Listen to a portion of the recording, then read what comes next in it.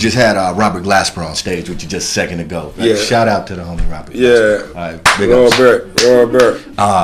So I had an opportunity to speak with him briefly not too long ago, and we talked about that idea of Black Radio, which was the title of his project. And he actually bugged me out when he told me what that meant. It wasn't exactly what I thought. Shorthand, he just explained how true artistry endures over time, or and how what's on the radio now, and you know how the radio and the major music industry how it tries to stratify everything and keep things so apart. Your band is intergenerational. You got people of all ages in this band, like a real family. How important is that, having that dialogue between all the various generations? How does that help your message be more cohesive? It's weird how I have to answer your last question when you ask the next one. Okay. About a long way to the beginning. Okay. It's all good. Directly to the question. Good. This is that real conversation, It leads directly to the question you just asked as well, because when Fela died, I was 14. Okay. I decided to keep singing with the band, and those of us who believed in Fela's music and message stayed and decided to play. We are the guys you see today. So these guys, most people say, "Oh man, you must have been brave. You are 14 and you decided to keep, do this." I'm like, no man. For me, it was fun. I was young. I had the energy. You still got the energy, bro. Not like I was when I was young. Gotcha. My 22-year-old self would be laughing like this. Anyway, but I was 14, so I could have done this for 10 years with the band, and I'd be 24. Sure. And I'd fuck off and do something else, and I'd still be able to do something else. Sure. But there were people in the band that were 55, 60, so 10 years, it wasn't the same. It didn't have the same value to them, like. For me, 10 years was nothing, but for a man who's 50, right? Yeah. 10 years is everything. Yeah. So that's what they gave, that 10 years to rebuild, bring the band back to where it is. Okay. When my dad was alive, and they were willing to put in that work, and because you take Fela out of the equation, everybody, all these fans just become skeptics. Sure. Especially African fans. They just go straight from fan to skeptic. There's no in between. Like, let's check them out, see what they're doing. You just Fela is dead skeptic. Right, got you. So we had to do that. So this is why the album is called A Long Way to the Beginning, because gotcha. We had to come all the way back to where the band was when Fela was alive, and also for Afrobeat music all over the world today. The music in itself has a new beginning, not the fact that Fela created it 40 years ago. Sure. But today, Afrobeat is everywhere in terms of play, the movie, the documentary, everything about Afrobeat. So many bands all over the world. So it's a beginning for the genre as well. So, and for African politics, more young people are so interested now in the future of Africa. I've not seen this kind of drive in the last 20 years among young people in Africa wanting to see a dynamic change in the way we are governed. So that makes me want to ask you about, any political aspirations, any ideals of taking the message beyond just the music, but even to a more, visceral platform, so to speak. Well, I don't know about maybe being into politics 100%. Sure. Is the best way to effect change, but whatever decision that we make as young people in Africa today to bring change to our continent has to be political. Sure. This is the time that we have to all, go out above and beyond the call of duty.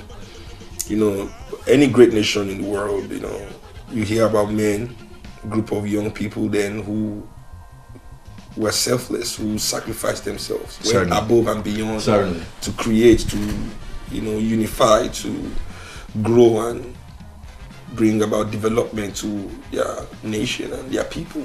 So I think this is that time for Africa where we need to stop playing the same lip service and rhetoric of young politicians coming up and mixing with the old politicians on that same old corrupt platform. Sure. And having their vision usurped by selfish interests. Sure. That controls the African economic and political system as it is today. And also to a certain degree, of course, we have to commit ourselves, not just musically as, I'm a musician, so maybe musically or artistically as an artist, but we also have to commit ourselves as individuals to bring ourselves collectively into something that can bring about growth. Of course, there has to be a step towards that, and it's something that I'm planning every day, me with young people, seeing how much we can do. Right now we use mostly protests, but it has to go a step further than that, Well, you got some heavyweight, like-minded artists on the album. You got Blitz, the ambassador. Shout out to the homie Blitz. Charlie. All right. You have NECA on the album. Yeah. You got M1 Dead Prayers. That's what's up. Yo, man, talk about this new vanguard of African music, Afrobeat, African infused hip hop. Talk about this 21st century, new millennium African music and the message. And you know what? Actually, I guess too, Africa's role in the new millennium. I know that's a bigger, broader idea. Start with the music first, but then what you see is Africa's role in the new technological, globally connected ass millennium. Well, first of all, with the music, there's so many young African artists out there today making really good music, doing really good things. In the real rock, rock and roll style, live music, jamming like I do, like the NECA does, have the Ashas, and quite a few good musicians. From Africa, Blitz, as we said, is one of them, very dynamic young artists. Definitely. Even house producers, Spoke Mutambo from South Africa. Yeah, I've been hearing about it. So quite a few people who are kind of avant-garde in what they're doing right now. The African pop scene dominated by Nigeria, basically. Nigerian pop artists were so big among the Africans in Africa and in diaspora as well. The only thing I don't like about their music is, they try to attach themselves to the Afrobeat train and they call the music Afrobeats and say that they're inspired by Fela, So I always tell them, you can't be inspired by Fela and then you forget his message. You know about the superstar though. You also need the